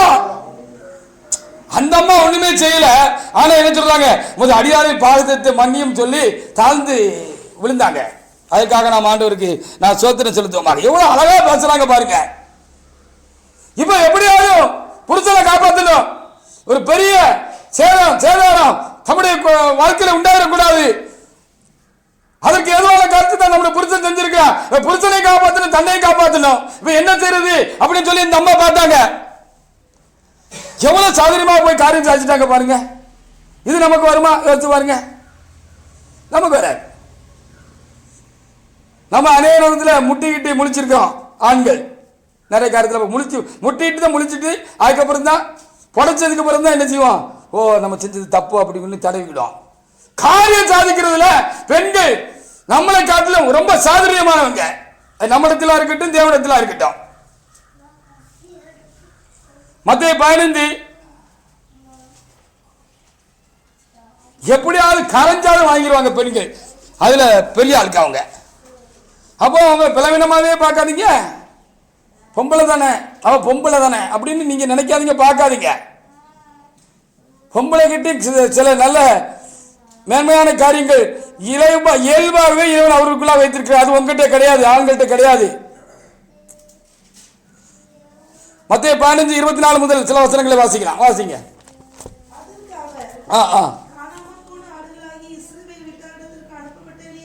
ஆமா ஆமா, அந்த கானானிய ஸ்திரியை குறித்து சொல்லப்பட்டிருக்கிறது. தப்புல பேய் பிடிச்சி ரொம்ப பாதிப்பான நிலவில் இருக்கா. ஏசப்பா கேள்விப்பட்டு வந்தாங்க. ஆனா அவங்க எபிரியர் இல்லை, இஸ்ரேல் நாட்டு பெண் இல்லை, புறஜாதியா இருந்தாங்க. ஆண்டவரத்துல போனாப்புல, ஆண்டவரத்துல கேட்டாப்புல. அப்போ ஆண்டவர் பதிலே சொல்லாமல் இருந்தார். சீசர்கள் கூட கேட்க ரொம்ப பாவமாக இருந்துச்சு. ரொம்ப தூரமாக அந்த அம்மா ரொம்ப பின்னாலே வந்துட்டு இருக்காங்க, ஆண்டவரே ஆண்டவரேன்னு சொல்லி. நீங்கள் என்ன செய்யுங்க, அவங்களுக்கு என்னன்னு கேட்டு அவங்களுக்கு வேண்டியது கொடுத்து அனுப்புங்கன்னாரு. நீ சும்மா இருக்குங்கிற மாதிரி ஆண்டவர் செய்கை காட்டிட்டு அமைதியாக இருந்தார். இப்படி சொல்ல பொழுது அந்த அம்மா அப்பமாவது அவர் நமக்கு இறங்குவாருன்னு பார்த்தாங்க, இறங்கலை. அப்போ தான் சொன்னால் காணாமல் போனேன். வாசிங்க.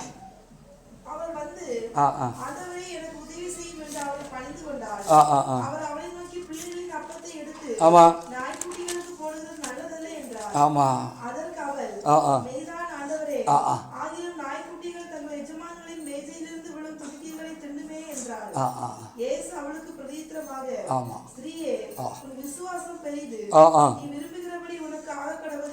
சாதிச்சுட்டு போயிட்டாங்க தானே. என்ன பொம்பளை தானே பொம்பளை தானே நம்ம சொல்றதும் தப்பு தான். அப்படி எண்ணம் இருந்தால் மாற்றிக்கிடும். நம்ம அலேலியா, அவ பொம்பளை தானே, அவள் பலவீனமானது தானே. ஆமாம், சில இதில் பெண்கள் பலவீனமானவள் தான் என்று வேதம் எழுதி வைத்திருக்கிறது.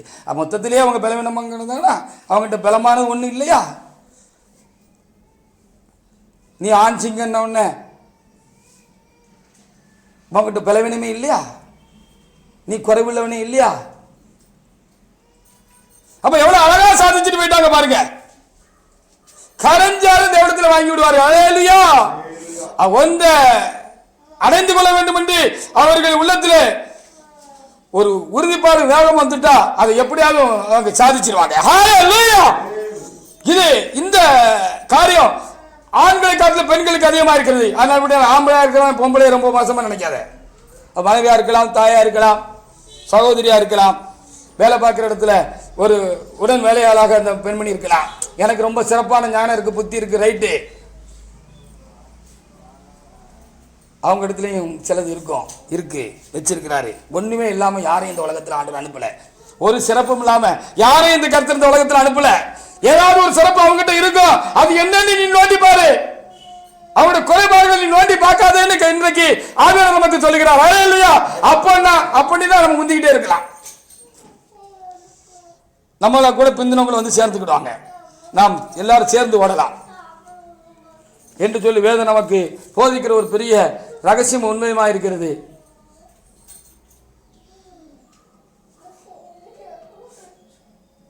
ஆண்களுக்கு பொதுவாகவே உயர்வு மனப்பான்மை இருக்கும், சுப்பீரியாரிட்டி காம்ப்ளெக்ஸ். அது ஒரு வியாதின்னு சொல்லப்பட்டிருக்கு. சுப்பீரியாரிட்டி காம்ப்ளெக்ஸ்னு பேர் வச்சிருக்குது. அது வியாதினத்து காம்ப்ளெக்ஸ்னா வியாதி, ஒரு பிளவினு சொல்லி அர்த்தம். உயர்வு மனப்பான்மைன்னு தமிழில் சொல்லுவோம், சுப்பீரியாரிட்டி காம்ப்ளெக்ஸ். ஆண்களுக்கு எப்போவுமே ஒரு ஒரு இப்படி ஒரு இது இருக்கு. ஆமாம், நம்ம உயர்ந்தவர்கள் என்று சொல்லி ஒரு எண்ணம் இருக்கிறது. ஆனால் பெண்களுக்கு ஒரு சிறப்பு இருக்கு. தங்களை தாழ்மைப்படுத்துறதுல அவங்க பெரியவங்களாக இருக்கிறாங்க. குடும்பத்தில் இருக்கட்டும், எங்கேயா இருக்கட்டும், அவங்க தன்னை தாழ்மைப்படுத்துறதுல அவங்க பெரியவங்களாக இருப்பாங்க. பொதுவாகவே அது வந்து அவங்களுக்கு உடம்போட ஒட்டின ஒன்றுன்னு கூட நம்ம சொல்லலாம். இயல்பாகவே அவங்கள்ட்ட இருக்கு. இது ஒரு சிறப்பான காரியமாக இருக்கும். 1 சாமுவேல் 1:10 அங்கே அண்ணா நம்ம தேவனத்தில் தேவனுக்கு முன்பாக தன்னை தாழ்த்தினார்.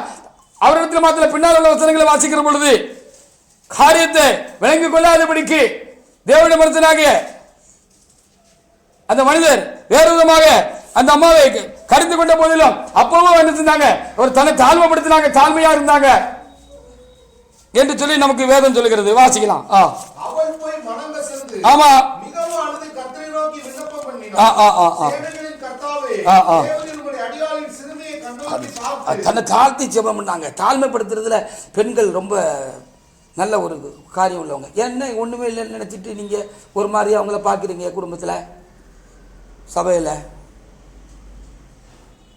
வாசிங்க. கர்த்தருடைய சன்னதியில் வெகு நேரம் விண்ணப்பம் பண்ணுகிற போது ஏழு பின்னால் வாயை கவனித்துக் கொண்டிருந்தார். வாசிங்க. அன்னாள் தன் இருதயத்திலே பேசினாள். அவள் உதடுகள் மாத்திரம் அசைந்தது, அவள் சத்தமோ கேட்கப்படவில்லை. ஆமா. ஆகையால் அவள் வெறித்திருக்கிறாள் என்று ஏலி நினைத்து ஆமா அவளை நோக்கி, நீ எதுவரைக்கும் வெறித்திருப்பாய்? உன் குடியை உன்னை விட்டு விலக்கு என்றார். உன் குடியை உன்னை விட்டு விலக்கு என்றார். அப்போ அந்த அம்மா என்ன சொன்னாங்க? அதற்கு அன்னாள் பிரதியுத்தரமாக, அப்படியல்ல என் ஆண்டவனே, நான் மன கிளேசமுள்ள ஸ்திரீ, நான் திராட்சரசமாகிலும் மதுவாகிலும் குடிக்கவில்லை, நான் கர்த்தருடைய சந்நிதியில் என் இருதயத்தை ஊற்றி விட்டேன். நம்ம அப்படின்னு சொல்லி நம்ம சரியா இருக்கோம்னு நம்ம உணர்ந்தோம்னா ஆண்கள் சுருட்டுன்னு நமக்கு கோபம் வந்துடும், பாஞ்சிடுவோம். ஆனால் பெண்கள் வந்து சரியா இருந்தாலும் அப்படி அடக்கி வாசிப்பாங்க, அதை அப்படி இழுத்தில் வச்சுக்கிடுவாங்க. அந்த நேரத்திலும் தங்களை தாழ்மைப்படுத்துவாங்க, தேவனிடத்திலும் சரி நமக்கு முன்பாகவும் சரி. அப்போ இப்படி சிறப்பெல்லாம் அவங்ககிட்ட இருக்குதானே. ஆண்களாக நாம் குடும்பத்தில் இருக்கட்டும், எந்த ஒரு வேலை ஸ்தலங்களில் இருக்கட்டும், ஆண ஆதிக்கத்தை நாம் காட்டுகிறவர்களாக இருக்கக்கூடாது. தேவனுக்கு பிரியமும் சித்தமில்லாத காரியம். குடும்பங்களிலும் மனைவியரிடத்தில் நாம் ஆண ஆதிக்கம் காட்டக்கூடாது. அவர்களை கண்டிக்கலாம், அவர்களை கழிந்து கொள்ளலாம். ஆனாலும் நமக்கு கீழானவர்கள், மனைவி என்று சொன்னால் நமக்கு கீழானவர் என்று சொல்லி ஒரு ஆராதிக்க எண்ணமும் உணர்வை உள்ள வச்சுக்கிட்டு அவங்கள கடுமையாக எந்த சூழ்நிலையும் நம்ம நடத்தக்கூடாது. அது தேவனுக்கு முன்பாக குற்றம். ஆவிக்குரியவர்களை ஒருபோதும் அதை செய்யக்கூடாது. கடிந்து கொள்ள கண்டிக்கலாம், நமக்கு கீழ்பட்டிருக்கிறவர்கள் தான். ஆனால் ஆணாதிக்கம் செலுத்தக்கூடாது என்று சொல்லி கர்த்தர் சொல்லுகிறார். இப்படி நமக்கு எத்தனை காரியத்தில் நம்ம வீக்னஸாக இருக்கோமோ நமக்கு தெரியாது. ஆணாதிக்கம் செலுத்தக்கூடாது. கலாத்தியர் 3ஆம் அதிகாரத்தில் 27, 28 வாசிங்க.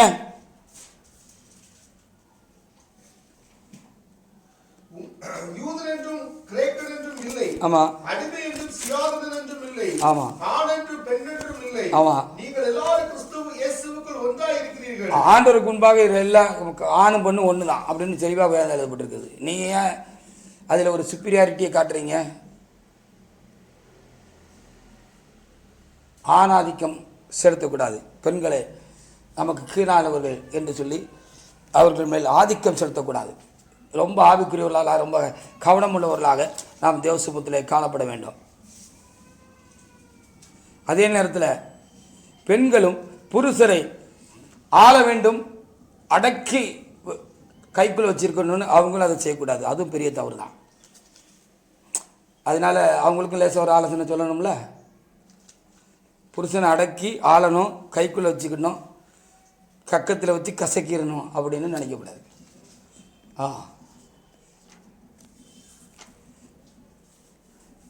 1 தீமோத்தேயு 2, 11, 12.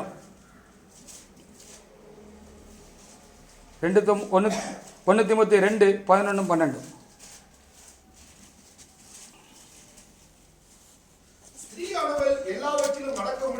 அடக்கமுள்ளவளாக இருந்து ஆமா பெண்களுக்கு இருக்க வேண்டிய நல்ல குணம்னு சொல்லப்பட்டிருக்கிறது. உபதேசம் பண்ணவும் ஆமா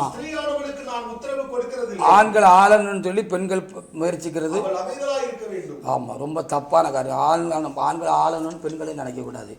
புருஷரிடத்தில் பயபக்தியாக இருக்க கடவுள் என்று சொல்லப்பட்டிருக்கு. எபேசியர் 5:33 வாசிக்கலாம். எப்படியும் உங்களிலும் அவனவன் தன்னிடத்தில் அன்பு கூறுவது போல ஆமா தன் மனைவியினிடத்திலும் அன்பு கூற கடவுள். ஆமா மனைவியும் புருஷனிடத்தில் பயபக்தியாக இருக்க கடவுள் அப்படின்னு சொல்லப்பட்டிருக்கிறது. எப்படியோ ஒரு நல்ல ஒரு வெளிப்படுத்தலை நம்ம தொடர்ந்து நமக்கு நல்ல ஆலோசனை தேவனாய்க்க தந்த நாளிலே கொடுத்திருக்கிறார். அப்போ முந்தினோர் பிந்தினோராயும் பிந்தினோர் முந்தினராயும் இருப்பார்கள் என்று சொன்னாலும் தேவாலயம் சொல்லுகிறது என்னன்னா நாம் எல்லோரும் முந்த வேண்டும் என்றே சொல்லுகிறார். அல்லேலூயா. ஆமாம், பிந்தினவர்களே நம்மோடு கூட சேர்த்து கொண்டு அவரிடத்தில் அன்பு பாராட்டி அவர்கள் கடந்த கால குறைகளை சொல்லி சொல்லி காட்டி அவர்களை இன்னும் பலவீனப்படுத்தாதபடிக்கு அவர்களெல்லாம் நாம் மறந்துவிட்டு நாம் என்ன செய்ய வேண்டும், அவர்களையும் அரவணைத்து கொண்டு அவர்களை உற்சாகப்படுத்தி நம்மோடு கூட சேர்ந்து அவர்களை என்ன செய்ய வேண்டும், ஓடுகிற அளவுக்கு அவர்களையும் நாம் ஆயத்தப்படுத்துகிற மாத்திரமல்ல, நாமும் இப்படிப்பட்ட பலவீனங்களை சொல்லி காட்டுகளாக இருந்து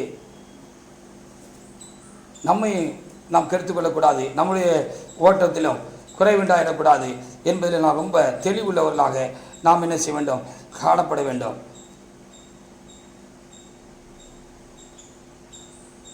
தொடர்ந்து நாம் பிந்தி விடாதபடி முந்துகிற நாம் முந்தி கொண்டிருப்பதற்கு என்ன செய்ய வேண்டும் என்று ஒரு சில வேத பகுதியில் வாசித்து முடிக்கலாம் என்று எண்ணுகிறேன். பிலிப்பியர் 2ஆம் அதிகாரத்திலே 3ஆம் வசனம். நம்ம தொடர்ந்து முந்தணும்னா ஆவிக்குரிய வாழ்க்கையில் முந்தணும், எல்லா காரியத்திலும் ஊழியங்கள் எல்லாத்திலையும் கர்த்தருக்கு முன்பாக முந்தினவர்களாக நாம் காணப்பட வேண்டும்னா நம்ம என்ன செய்யணும்? பொதுவாக எல்லாருக்கும் ஒன்றிய வாதினாலாவது வீண் பெருமையினாலாவது செய்யாதபடி மனத்தாழ்மையோடு கூட அடுத்தவங்களை மேன்மையா பார்க்கணும், என்னணும், பேசணும் அப்படின்னு சொல்லப்பட்டு இதுதான் நம்ம தொடர்ந்து முந்துறதுக்கு உள்ள காரியம். 1 Corinthians 10:2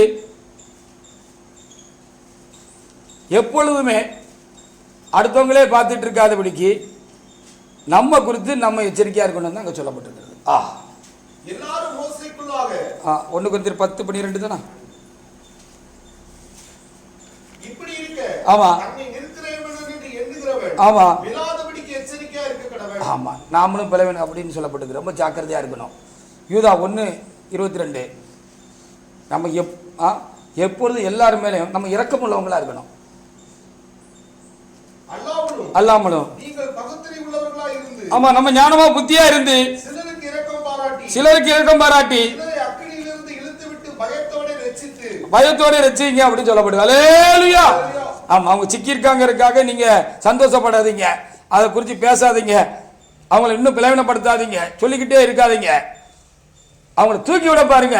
அப்போ நீங்க தொடர்ந்து முன்னேறுகிறதுக்கு அது ஏது உண்டாக்கும். நீங்க முன்னே போய்கிட்டே இருப்பீங்க, நீங்க பின்தள்ளப்பட மாட்டீங்க அப்படின்னு சொல்லி இந்த வேத பகுதியெல்லாம் என்ன செய்யுது நமக்கு சொல்லுகிறது. கலாத்தியர் 6:1-2 கூட வாசித்து பாருங்க. சகோதரரே, நீ ஒருவன் யாதொரு குற்றத்தில் அகப்பட்டால் ஆவிக்குரியவர்களாகிய நீங்கள் சாந்தமுள்ள ஆவியோடு அப்படிப்பட்டவனை சீர்பொருந்த பண்ணுங்கள். ஆமா, நீயும் சோதிக்கப்படாதபடிக்கு உன்னை குறித்து எச்சரிக்கையாயிரு. ஒருவர் பாரத்தை ஒருவர் சுமந்து இப்படியே கிறிஸ்துவினுடைய பிரமாணத்தை நிறைவேற்றுங்கள். நீங்க அமைதியாவே இருங்க, ரொம்ப பேசாதீங்க, அவங்க சரியாயிருவாங்க. ஹல்லேலூயா. நீங்க ரொம்ப பேசுனீங்கன்னா அவங்க ரொம்ப கெட்டு போவாங்க. ஆனால் நீங்கள் அமைதியாகவே இருங்க, ரொம்ப பேசாதீங்க, பேசவே வேண்டிய தேவையில்லை. நீங்கள் அமைதியாக இருந்தீங்கன்னா அவங்க சரியாயிடுவாங்க, கர்த்தர் அவங்களை சரிப்படுத்திடுவார். அதில் உங்களுக்கு ஒரு பங்கு உண்டாக இருக்கட்டும். அவர்களுக்காக நீங்கள் தேவ சமூகத்தில் ஜெபம் பண்ணுங்கள். அல்லேலூயா. எதையும் காட்டிக்கொள்ளாமல் நீங்கள் நடந்து கொள்ளுங்க. உங்கள் உள்ளுக்குள்ளே இருந்து உங்கள் இதயத்தில் இருந்தால் தான் அது வெளிப்படும், நீங்கள் காட்டிக்கிடுவீங்க. உள்ளுக்குள்ளே இல்லைன்னா அந்த அளவுக்கு நீங்கள் ஆவிக்குரிய வாழ்க்கையில் பக்குவமாக இருந்தீங்கன்னா நீங்கள் தேவனுக்கு முன்பாக பாக்கியசாலிகள், பாக்கியவான்கள். அவங்க தன்னால சரியாயிருவாங்க. அல்லேலூயா. தன்னால சரியாயிருவாங்க. அதில் உங்களுடைய பங்கும் பெருசா இருக்கட்டும். கலாத்தியர் 6:4 அடிக்கடி தற்போது சோதனை செஞ்சுக்கங்க. உங்களை சோதித்து பார்க்க கடவன். அப்பொழுது மற்றவனை பார்க்கும் போது அல்ல, தன்னையே பார்க்கும் போது மேன்மை பாராட்ட அவனுக்கு இடம் உண்டாகும். ஆமா, எப்பொழுதும் நான் ஒன்றுமில்லை என்கிற நினைவும் உணர்வும் நமக்குள்ள எப்பொழுதும் இருக்கட்டும். இது முந்திரதுக்கு நான் பிந்தி விடாதபடி தொடர்ந்து முந்திரதுக்கு ஏதுவான நல்ல காரியம். கலாத்தியர் 6:3 ஒருவன் தான் ஒன்றுமில்லாதிருந்தும் தன்னை ஒரு பொருட்டென்று எண்ணினால் தன்னைத்தானே வஞ்சிக்கிறவனாவான் என்று சொல்லப்பட்டிருக்கிறது. அதனால அப்படிப்பட்ட ஒரு நல்ல உணர்வு, நம்ம ஒன்றுங்கிற உணர்வு எப்பொழுதும் நமக்கு உண்டாயிருக்கட்டும். 1 Peter 5:5 நான் பெரியவர்களோ சிறியவர்களோ கீழ்ப்படுதலும் மனத்தாழ்மை உள்ளவர்களாக நாம் எப்பொழுதும் நம்ம காத்துக்கொள்வோமாக. அப்போ நம்ம முந்திக்கிட்டே இருக்கலாம். ஒரு நாள் நம்ம பிந்தி விட மாட்டோம், பின்தங்கி விட மாட்டோம். அந்தபடி இளைஞரே, மூப்பருக்கு கீழ்ப்படியுங்கள். ஆமா, நீங்கள் எல்லாரும் ஒருவருக்கொருவர் கீழ்ப்படிந்து தாழ்மை உள்ளவர்களுக்கோ கிருபை அளிக்கிறார் என்று வேதம் சொல்கிறது. சங்கீதம் 36:9 வாசித்து முடிக்கலாம். வெளிச்சத்தில் வெளிச்சம் காண்போம் என்று நமக்கு எழுதி கொடுக்கப்பட்டிருக்கு. அல்லேலூயா. ஆமா, கர்த்தருடைய வெளிச்சத்துல நம்ம வெளிச்சம் காண்போம். நம்மகிட்ட என்ன குறையெல்லாம் இருக்குன்னு பார்த்து அந்த கர்த்தருடைய வெளிச்சத்துல, அந்த ஆவியானுடைய வெளிச்சத்துல, அந்த வசனத்தின் வெளிச்சத்துல நாம் வெளிச்சம் காண்போம். நாம் இன்னும் எந்தெந்த காரியத்திலெல்லாம் நமக்குள் இன்னும் இருள் ஒட்டி கொண்டிருக்கிறது, பாவம் ஒட்டி கொண்டிருக்கிறது, குணக்கேடுகள் காணப்படுகிறது, சரி பண்ண வேண்டிய காரியங்கள் இருக்கிறது என்பதை அந்த வெளிச்சத்தில் நம்ம வெளிச்சம் காண்போம்னு சொல்லப்பட்டிருக்கு. அந்த வெளிச்சத்தில் நம்முடைய குறைவெல்லாம் கண்டு நாம் வெளிச்சமாவதற்கு நாம் பிரயாசப்படுவோம். அந்த இருளை நீக்கி வெளிச்சமாவதற்கு பிரயாசப்படுவோம். நாம் முந்திக்கிட்டே இருக்கலாம். நாம் ஒரு நாள் பிந்த மாட்டோம். மற்றவர்கள் நம்மோடு கூட சேர்ந்து ஓட முடியாத பாக்கியம், பின்தங்கினவர்களையும் நம்மோடு கூட சேர்த்து ஓட வைக்க முடியாத நல்ல ஒரு சாக்கியம் பாக்கியமும் நமக்கு உண்டாயிருக்கும். அதற்குரிய பலனும் இங்கேயும் அங்கேயும் நமக்கு உண்டாயிருக்கும். வாசித்து முடிக்கலாம். ஜீவ ஊற்று உம்மிடத்தில் இருக்கிறது, ஜீவ ஊற்று உம்மிடத்தில் இருக்கிறது, உம்முடைய வெளிச்சத்திலே வெளிச்சம் காண்கிறோம், நம்முடைய வெளிச்சத்திலே நாங்கள் வெளிச்சம் காண்கிறோம் என்று சொல்லப்பட்டிருக்கிறது. அதற்காக நாம் தேவனாய் கர்த்தருக்கு ஸ்தோத்திரம் செலுத்துவோமாக. ஆனபடினாலே தேவ சமூகத்தில் கடந்து வந்திருக்கான தேவனுடைய பிள்ளைகளே, இந்த ஆண்டிலே நாம் இன்னும் முந்த வேண்டியவர்களாக இருக்கிறோம். இன்னும் ஜெயிக்க வேண்டியவர்களாக இருக்கிறோம். இன்னும் முந்த வேண்டிய காரியங்களை ஜெயிக்க வேண்டிய காரியங்களும் நமக்கு முன்பாக மைல்கல்களும் நமக்கு முன்பாக இருக்கிறது. நாம் தொடர்ந்து முந்த வேண்டியவர்களாக இருக்கிறோம். இந்த வருடத்தின் ஆரம்பத்தில் நாம் தொடர்ந்து முந்துவதற்கு என்ன செய்ய வேண்டும் என்று நல்ல ஆலோசனைகளை கர்த்தர் நமக்கு தந்தபடினாலே நாம் கவனமாக இருந்து முந்துவோம். சாத்தான் நம்முடைய கவனத்தை சிதறடிக்க முடியாத காரியங்களில் மற்றொன்று கடந்த காலங்களில் அவருடைய குற்றம் குறைகளையும் நோண்டி பார்க்கிறது ஒன்றாக இருக்கிறது. இது சாத்தானுடைய காரியம் என்று சொல்லி தேவனுடைய பிள்ளைகளாகி நீங்கள் அறிந்து நீங்கள் என்ன செய்யுங்கள், அவைகளுக்கு விலக்கி கவனமாக உங்களை காத்து கொண்டு எச்சரிக்கையாக இருந்து நீங்கள் தொடருங்கள், முந்துங்கள். கர்த்தர் உங்களை இன்னும் முந்த செய்வார். அநேகருக்கு முன்மாதிரிகளாக நாம் காணப்படுவோமாக. அநேகரை பரலோகத்தில் கொண்டு சேர்ப்பதற்கு நாம் காரணவாதிகளாக நாம் இருப்போமாக. கர்த்தர் இந்த வார்த்தைகளை ஆசீர்வதிப்பாராக. நாம் தேவநாயகத்தில் நாம் சோத்திரிப்போமாக.